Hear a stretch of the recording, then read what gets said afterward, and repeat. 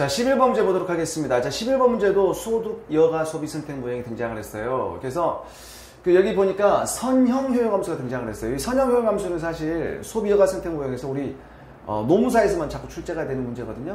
그럼 여러분 선형 효용함수 하게 때 뭐가 떠올라? 몰빵 떠올라야 되죠, 몰빵. 그래서 일단 이거 한계 대치를 먼저 계산을 해볼까요? 이제 이 y가 이제 뭐냐면, 그러니까 y가 소득이고요, l은 여가고요. 그 다음에 예산지역에서 봤더니 임금에다가 24시간 총 가용시간에서 여가시간 뺀 게 노동시간. 그래서 임금소득만 존재하는 모형입니다. 임금소득, 얘가 y가 되죠. 총소득, 임금소득만 구성이 됐다는 얘기입니다. 자, 그러면은 한계대출을 먼저 계산해보면 얘가 한계대출은 MRS LY가 되겠죠. 얘는 MU 뭐가 돼? L 하고요. MUY죠. MUY인데 자, 이걸 효용함수를 L로 미분하게 되면, 여가로 미분하게 되면 3이 나오고요. Y로 미분하면 1이 되니까 한계대출은 3이 되겠죠. 그런데 이제 예산선의 기울기는 임금 아닙니까? 예산선의 기울기는 임금이에요. 이에 대한 설명으로 옳은 것은 나와 있죠. 한계대체율은 어떻게 돼요? 3으로 일정하니까 일정하죠. 체감만 다 틀렸고요. 근데 만약에 이 한계대체율이 3인데 자, 임금이 만약에 1이야. 임금 1이면 어떻게 돼요? 몰빵 여가 시간이죠. 몰빵 여가 시간. 이런 상황이란 말이야. 그러니까 여가 시간이고 여기가 소득이 이렇게 있어요. 그러면 예산선의 기울기는 1. 여기가 총 가용시간 24시간. 그런데 무차별 곡선의 기울기가 3이니까 더 가파르죠? 가파르면 무차별 곡선이 가장 최대한 바깥으로 가면 몰빵 여가시간. 그래서 모든 시간을 여가시간 즐기는 거야. 그러면 이때 효용은 어떻게 됩니까? 효용은 y는 0이 되고요. 0이 되고 3 곱하기 24시간 이렇게 되잖아. 그러니까 4, 32 그 다음에 3, 6, 72가 되겠죠. 72. 그러니까 효용은 72가 되죠. 55가 된다. 틀렸고요. 만약에 임금이 1에서 2로 상승을 했다. 임금이 1에서 2로 상승을 하더라도 여전히 한계의 대칭이 더 크기 때문에 여가시간은 변하지 않아. 그럼 근로시간은 0에서 0으로 불변되겠죠. 그런데 임금이 4라 4가 돼버리면 이제 상황이 달라지네. 4가 돼버리면 이런 상황이 벌어지니까 자 이때는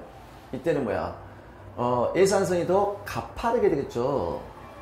예산선이 요렇게 예산선이 가파를 거야. 그러면 무차별 곡선은 더 완만해지죠. 완만해지면 요렇게 최대한 바깥으로 가면 몰빵 뭐가 돼? 총 임금소득. 그때 여가시간은 어떻게 돼? 제로가 된다고요. 노동시간만 24시간. 그래서 여가시간은 0으로 불변이죠. 맞고요. 4에서 5로 상승하더라도 여전히 여가시간은 불변이기 때문에 불변이다. 맞고요. 임금률과 무관하게 예산선은 고정된다. 아니라고요. 예산선의 기울기는 임금이기 때문에 임금이 변하면 예산선은 변동하게 되겠죠. 그래서 마지막 5번도 틀린 진술이죠. 그래서 정답은 4번이 되겠습니다. 자, 12번 문제 보도록 하겠습니다. 자, 15번 문제도 여가 소득 선택 모형이 등장을 했는데 봤더니 여가 시간 있고요. 소득 있죠. 그러면 지금 예산선이 이렇게 완만해졌다는 얘기입니다. 그럼 임금이 하락했다는 얘기 아니겠어요? 그러면 자, 임금의 하락 효과는 총 가격 효과라고 하죠. 가격 효과인데 그 가격 효과를 대체 효과, 소득 효과로 나눠볼 수가 있단 말이에요. 그럼 여기서 임금이 지금 봐보세요. 10에서 지금 A를 선택을 했는데 임금이 8로 하락했어. 임금이 하락했으니까 예산선이 완만해졌단 말이야. B로 선택을 했단 말이에요. 그럼 먼저 임금 하락의 대체 효과 볼게요. 대체 효과. 임금 하락. 임금이 하락했다. 임금은 무엇의 가격? 여가의 가격이야. 그래서 여가의 상대 가격이 떨어졌다고요. 임금이 떨어지니까 그럼 여가가 상대적으로 가격이 떨어졌기 때문에 여가가 증가를 하겠죠. 여가가 증가한다는 얘기는 노동시간은 감소한다는 얘기고요. 그쵸? 그 다음에 이제 두 번째 소득효과. 자, 임금이 떨어졌어요. 임금이 떨어지면 이제 실질소득이 감소한다고요. 실질소득이 감소하는데 그럼 여가가 감소할까 증가할까? 여가가 정상제라고 주어졌네. 그럼 정상제인 여가는 감소하겠죠. 여가가 감소해. 그럼 노동시간이 증가한단 말이야. 그런데 이 총 효과를 가격 효과라고 해요. 가격 효과라고 하는데, 그러면 여기서 가격 효과에 의하면 어떻게 됩니까? 가격 효과에 의하면, 자, 임금이 떨어졌을 때, 지금 뭐야? 여가 시간이, 여가 시간이 가격 효과에서 여가 시간이 여기 증가한 거 아닙니까? 증가했고, 소득은 감소했죠. 여가 시간 증가, 소득 감소했어. 그래서 여가 시간은 어떻게 돼? 증가했고, 소득은 감소했습니다. 그런데 임금 하락의 대체 효과는 여가를 증가시키고 소득 효과는 여가를 감소시켰어. 근데 최종적으로 여가가 증가했다는 얘기는 어떤 얘기입니까? 여러분 결국은 대체 효과가 소득 효과를 압도했다. 뭐 그런 의미겠죠. 그런 의미야. 자, 그러면 1번부터 볼게요. 자, 우리 가격 효과로 인해서 어떻게 됩니까? 소득은 감소하죠. 증가한다. 틀렸고요. 두 번째, 소득 효과로 인해서 어떻게 돼? 여가 시간은 증가한다. 틀렸죠? 감소하죠. 그 다음에 가격 효과로 여가 시간이 증가하니까 노동 시간은 감소하겠죠. 3번도 틀렸고요. 대체 효과로 노동은 감소한다. 4번이 맞겠네. 효용 수준은 변화할 수 없다? 아니죠. 효용은 증가하죠. 보세요. 여기서 효용 감소하죠. 이렇게 효용은 감소한단 말이야. 그래서 이 문제의 정답은 4번이 되겠습니다. 자, 13번 문제 보도록 하겠습니다. 이제 일자리 탐색 모형이 나왔는데 이건 뭐 다른 자격증이랄지 공무원 영역에 절대 출제가 되지 않은 파트입니다. 결국은 우리 노무사 시험에서만 출제가 되죠. 그 노동경제학 파트예요. 그래서 우리 노동경제가 2차에도 있기 때문에 뭐 연결되는 문제이기 때문에 살펴보도록 하겠습니다. 일자리 탐색 모형이라는 것은 노동자가 자기 자신에게 맞는 일자리를 탐색하는 과정이야. 탐색하는 과정. 그러니까 결국은 노동자가 일자리를 탐색하는 것이지 기업들이 노동자를 탐색하는 모형이 아닙니다. 그래서 옳은 것은 나와 있죠. 그러면 그 일자리의 특성이 어떠냐에 따라서 취업 확률이 결정되겠죠. 그런데 일자리 특성이 아니라 근로자의 특성? 아니라고요. 일자리 특성이 취업할 확률에 영향을 미치겠죠. 왜? 노동자가 일자리를 찾기 때문에 그 일자리 특성이 어떤 거냐에 따라서 취업 확률이 결정되는 것이 근로자 특성은 아니죠. 근로자 특성에 따라서 취업 확률에 영향을 미친다면 그것은 뭐야? 기업이 우수한 근로자를 탐색하는 모형이 되겠죠?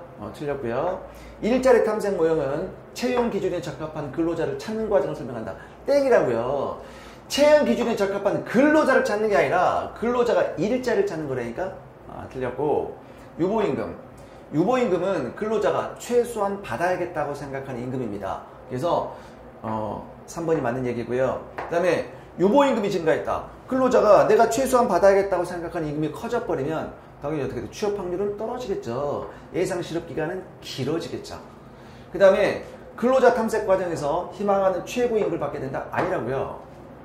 근로자가 최소한 받고자 하는 유보임금만 초과하게 되면 근로자는 취업하기 때문에 최고임금을 받지 않습니다. 유보임금만 정도만 받을 수밖에 없다는 얘기입니다. 그래서 이 녀석의 정답은 3번이 되겠습니다.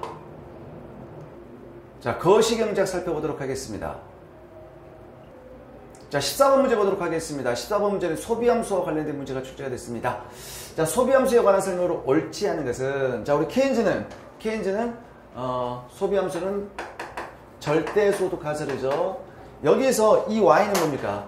현재의 절대소득이죠. 그래서 현재의 절대소득이 소비를 결정하는 절대소득 가설을 주장했습니다. 그래서 현재 소득을 가장 결정하는 가장 중요한 결정 요인은 현재의 절대소득이죠. 그래서 현재 소득이 소비를 결정하는 가장 중요한 결정 요소다. 맞고요. 자, 우리 항상소득 가설.